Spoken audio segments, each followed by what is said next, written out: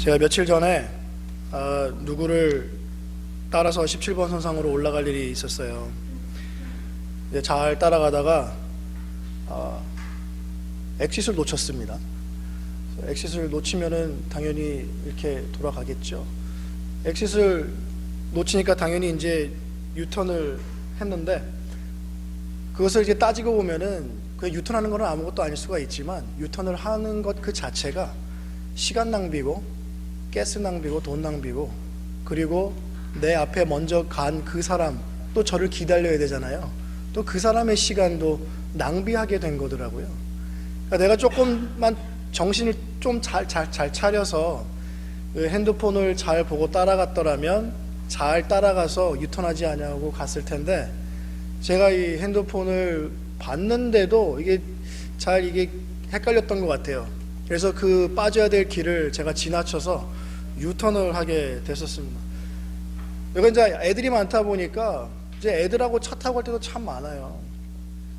제가 이런 거 좀 종종 하거든요. 이제 엑싯을 종종 제가 이제 미스하고 지나갈 때가 있는데, 그때마다 애들이 그래요. 아빠 빠져야 되는데 안 빠졌다고. 그 중에서 가장 목소리 높여서 얘기하는 애가 은우예요. 아빠 안 나갔잖아. 그러면 저는, 나도 알거든요. 지금 나가야 되는 거 미스한 거를. 그러면 가뜩이나 이게 좀 짜증이 나 있는데, 그렇게 아빠 안 나갔잖아 그러면은 살짝 언짢거든요. 그러면 나도 알거든?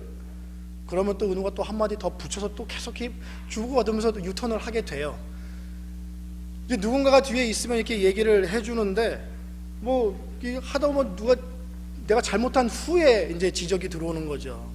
그러니까 유턴 같은 거를 안 하고 그냥 아예 처음부터 잘 나가면 되는데, 아예 처음에 잘 나가질 못하니까 이제 그런 지적질이 이제 3살짜리 어린애에게로 오는 거거든요.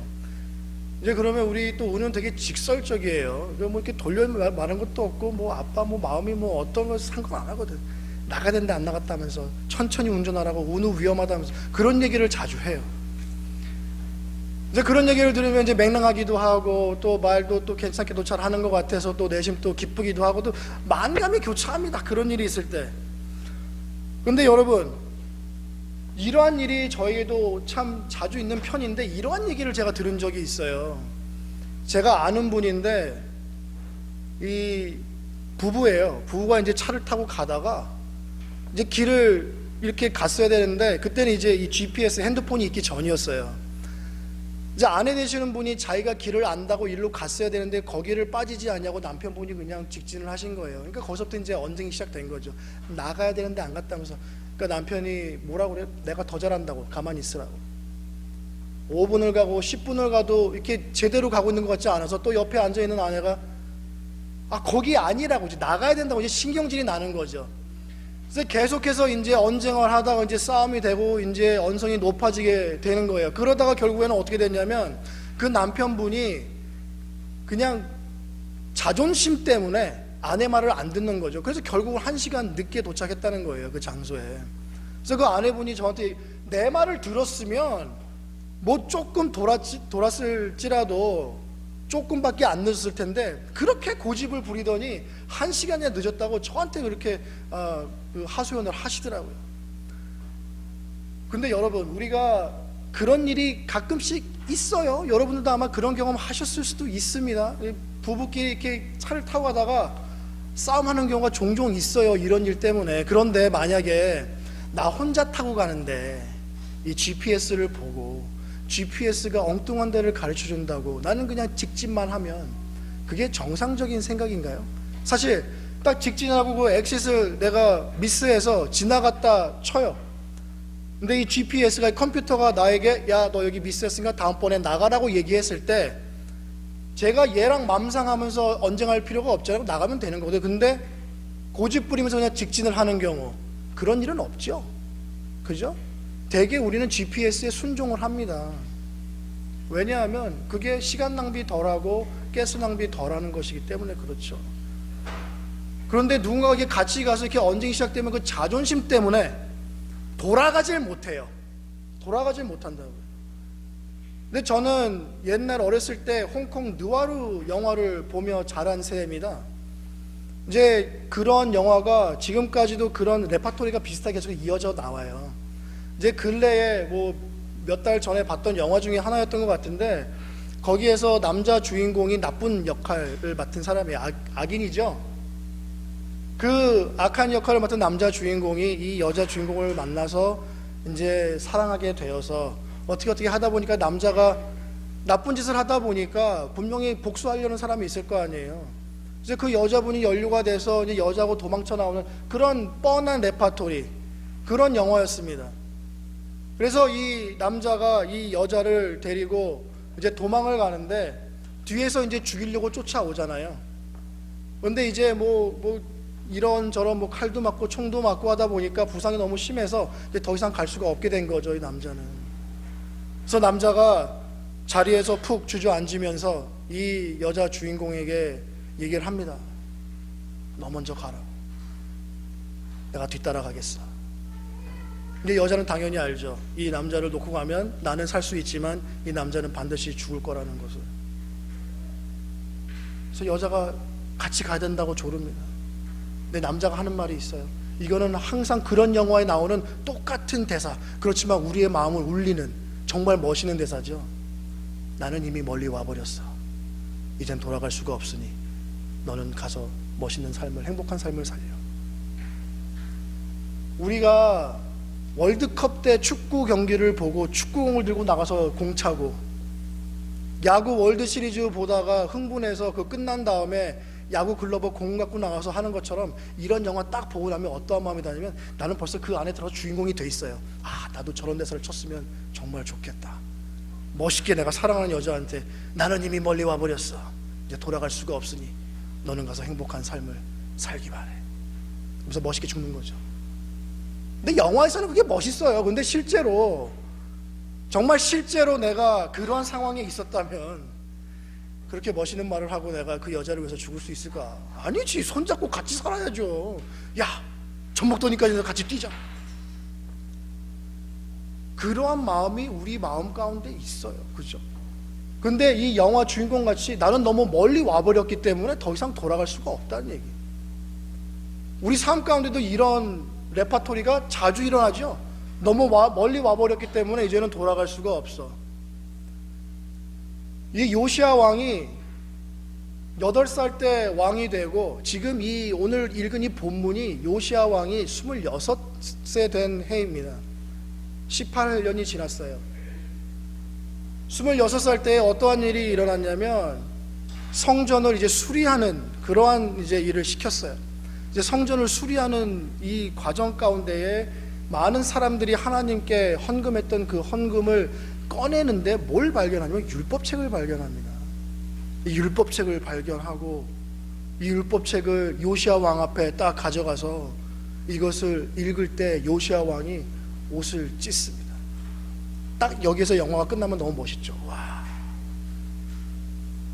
근데 요시야 왕이 옷을 찢는 이유가 회개하는 거거든요. 이때 당시의 사람들은 회개한다고 그러면은 죄를 뒤집어 쓰고 옷을 찢습니다. 신약에 와서는 옷 찢지 말라고 그러죠.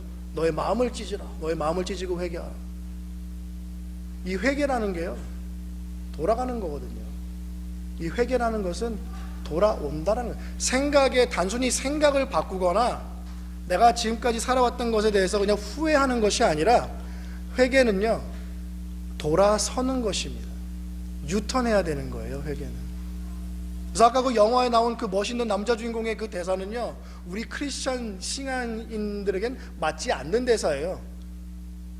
우리가 예수님 만나러 가는 그날까지 이 대사는 사용하면 안 되는 거예요. 그러니까 나는 너무 멀리 와버렸어. 난 돌아갈 수가 없어. 너는 살아. 그렇게 할 수가 없다는 거죠. 근데 우리가 회개를 한다는 그 의미 자체가 우리가 지금 잘못된 길로 가고 있다라는 얘기죠.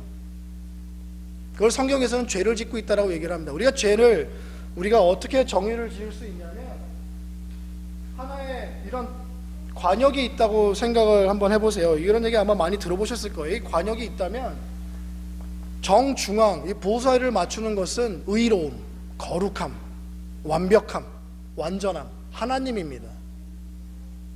근데 우리가 하나님과 함께 있다면 하나님과 그런 비슷한 성품이 있어야겠죠. 거룩함, 의로움, 완벽함, 완전함이 있어야 되는데 우리는 항상 이거예요.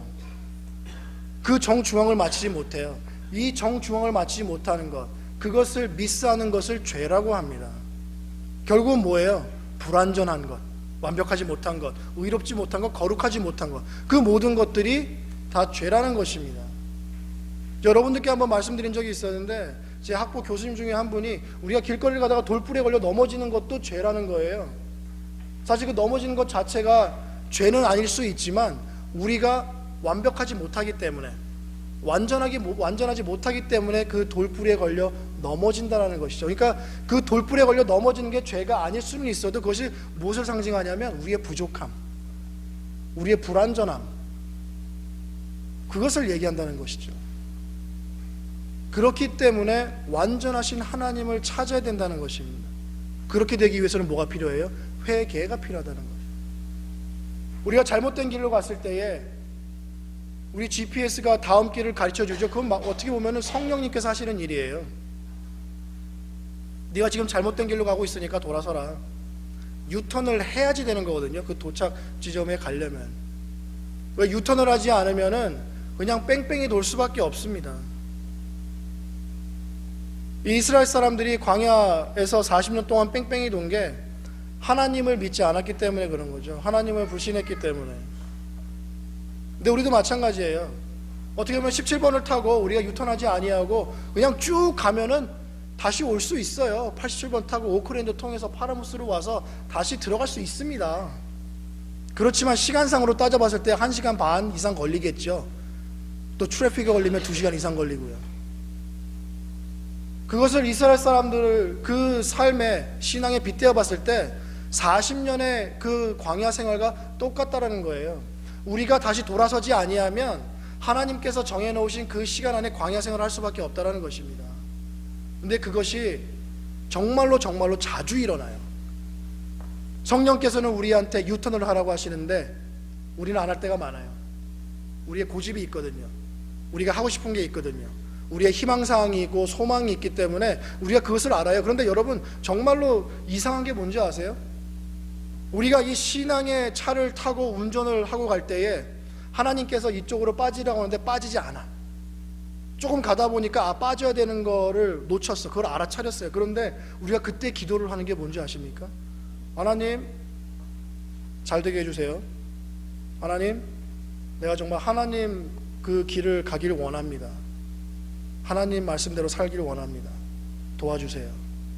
그런데 정작 핸들을 꺾질 않아요. 유턴을 하지를 않아. 그렇게 되면 어떻게 돼요? 이렇게 돌 수밖에 없는 거예요. 그 자리에 올 수는 있습니다. 장담은 못해요. 그렇지만 하나님께서는 우리에게 항상 그렇게 계속해서 인도를 하시죠. 이 요시야가 정말로 유명한 왕입니다. 어릴 때부터 자기 아버지의 뒤를 따르지 않았어요. 자기 할아버지의 뒤를 따르지 않았어요. 요시야의 할아버지가 므낫세라는 왕입니다. 이 사람은 55년 동안 다스리면서 악을 행했던 사람이에요. 이 사람이 마지막에 아수르 군사에 의해서 사슬에 묶여서 바벨론으로 쫓겨갑니다. 그때 하나님께 기도했더니 그의 기도를 하나님께서 들어주세요. 그의 아들 아몬 똑같습니다. 하나님 앞에 악을 행하고, 그리고 하나님 앞에 악을 행했을 때 그 사람은 다시 돌아오지 않았어요. 그래서 2년 통치하다가 죽임을 당하고 어쩔 수 없이 요시야가 8살에 왕이 돼버린 거거든요. 그런데 요시야는 자기 아버지와 할아버지의 그 대를 잊지 아니하고 다윗을 따랐습니다. 성전을 정결하게 하고, 그리고 이 성전, 하나님의 성전을 다시 수리를 합니다. 그 과정 속에서 이것을 찾은 거예요. 이 이후에 뭐가 일어나냐면, 여러분들도 잘 아시는, 너무나도 많이 들어본 종교 개혁이 일어나요.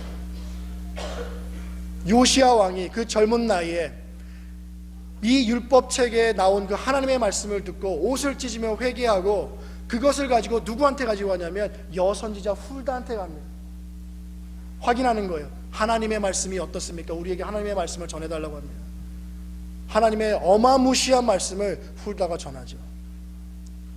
그때 그 말씀을 듣고 요시야가 자기뿐만이 아니라 유다 온 전체를 회복으로 그리고 회개의 자리로 돌이키는 것이 바로 종교개혁이었습니다. 정말로 놀라운 사람이죠. 어린 나이에 그렇게 할 수 있다는 것 자체가 너무나도 대단한 것입니다. 부모의 죄 가운데 머물지 아니하고 하나님께서 기뻐하셨던 그 자기 조상 다윗의 모습을 통해서 그렇게 어렸을 때부터 행했다는 것 정말로 대단한 것입니다. 그것이 은혜라는 것이죠. 요시아의 부모님이 아버지가 그러한 상황 가운데 그러한 악행 가운데 있었는데도 불구하고 다윗을 따랐었거든요. 그래서 하나님의 은혜와 축복을 받았죠. 근데 이스라엘 40년 동안 광야 생활할 때에 2세 자녀들은 자기의 부모님들 때문에 40년 동안 고생을 합니다. 우리는 항상 그 부모들 때문에 자녀들이 약속의 땅에 들어가는 그 축복만 생각하는데 그 40년 동안 부모들 때문에 그 자녀들이 고생한 건 생각하지 못해요. 우리와도 똑같다는 것입니다. 이스라엘 사람들이 가지고 있던 행했던 그 신앙의 여정이 우리와도 다를 게 하나도 없어요. 우리가 하나님의 말씀을 듣지 아니하고 핸들을 꺾어서 유턴을 하지 아니하면 나뿐만이 아니라 우리의 자녀들까지도 광야 생활을 할 수가 있다는 것입니다. 그 가운데서 같이 고생을 할 수가 있다는 거예요. 우리 1세대는 죽고 우리 2세대는 뭐합니까? 그 2세대들이 칼을 들고 방패를 들고 싸우러 나가잖아요. 우리 엄마 아빠가 했었어야 되는 일들을 우리 자녀들이 했던 거죠. 이 회개라는 것이요, 이 개혁에는, 신앙 개혁에는 가장 첫 번째 일어나는 일입니다. 요시아가 옷을 찢고 회개를 함으로써 하나님의 말씀이 다시 한번 들리게 되고 그 하나님의 말씀을 유다 온 백성에게 가르치고 들려주면서 그 유다 사람들, 그 모든 사람들에게 회복을 가져다 주는 것이죠. 우리 삶 가운데에 회복이 있기 위해서는 이 회개는 필수입니다. 우리가 누군가에게 잘못을 합니다. 그리고 우리 자녀들이 잘못을 할 때가 많습니다.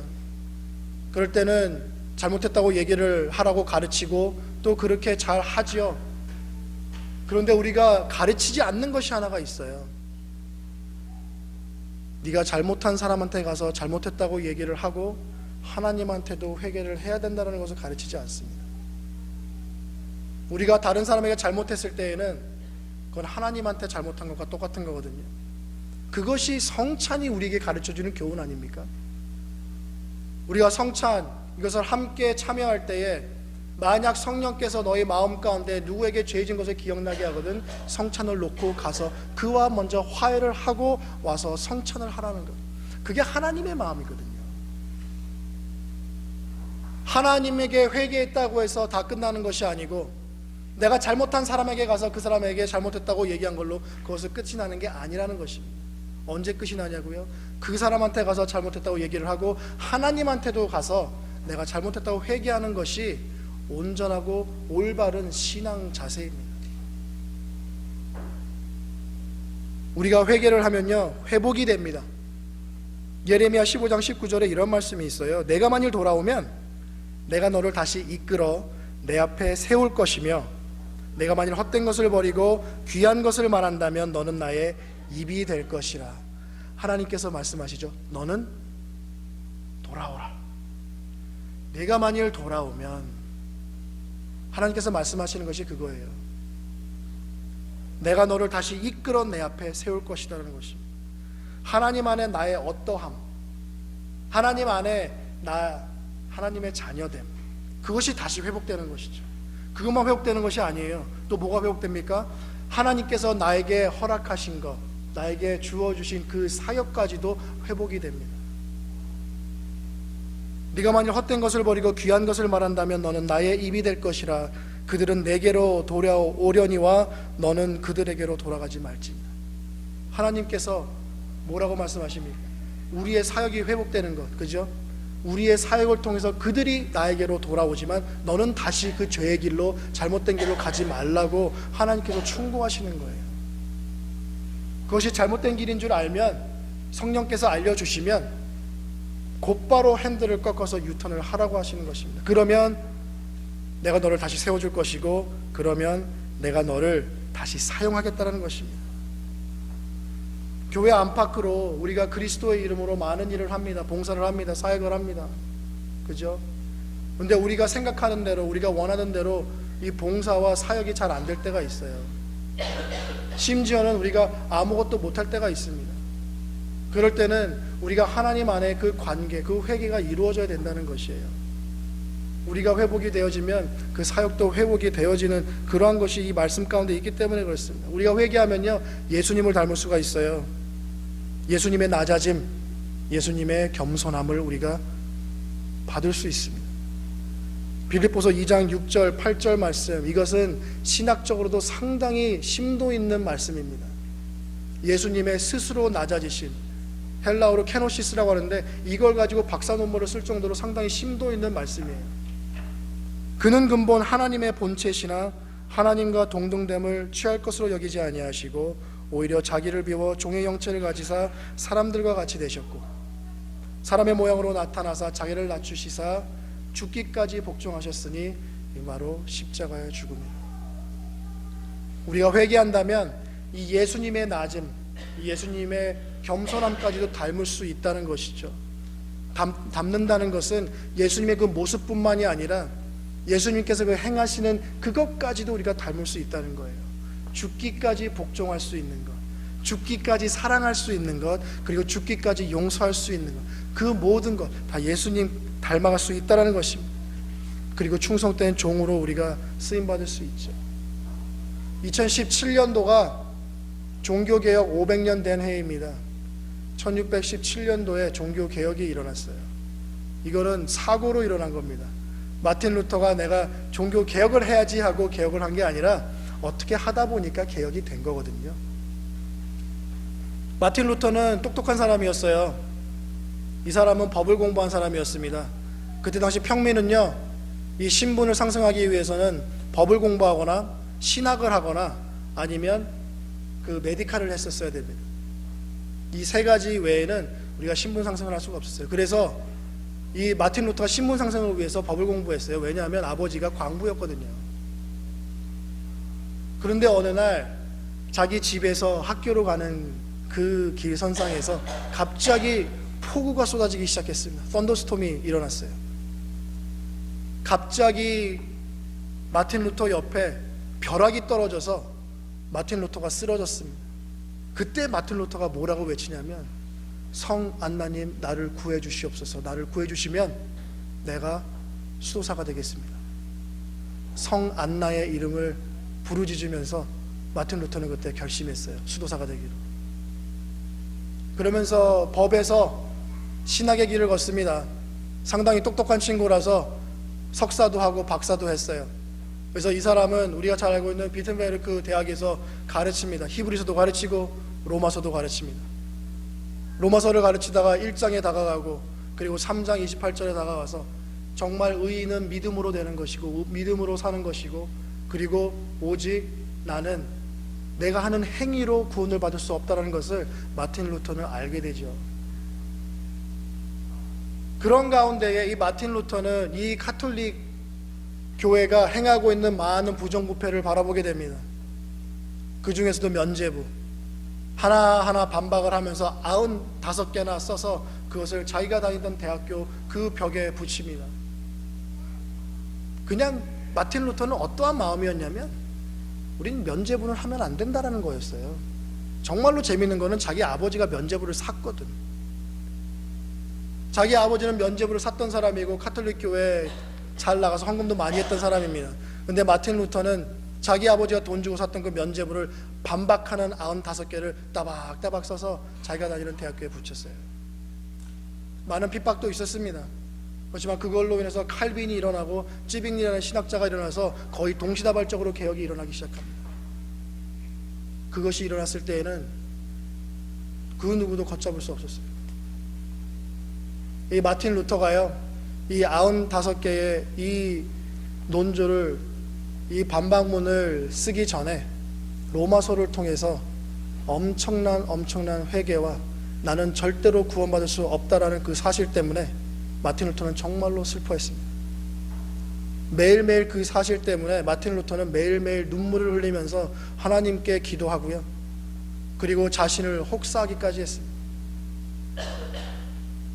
그리고 나서 깨달은 것이 구원은 오직 믿음으로, 오직 은혜로. 구원은 오직 은혜와 믿음으로 이루어진다는 것을 깨닫고 다시 한번 힘을 내서 신앙생활을 하게 되죠. 그 회심, 그 회개, 그 참회, 그것이 마틴 루터에게 용기가 되어서 95개의 논조를 쓴 것입니다.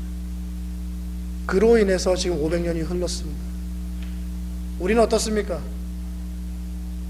우리는 그러한 회개가 우리 삶 가운데, 우리 신앙 가운데 이루어지고 있습니까?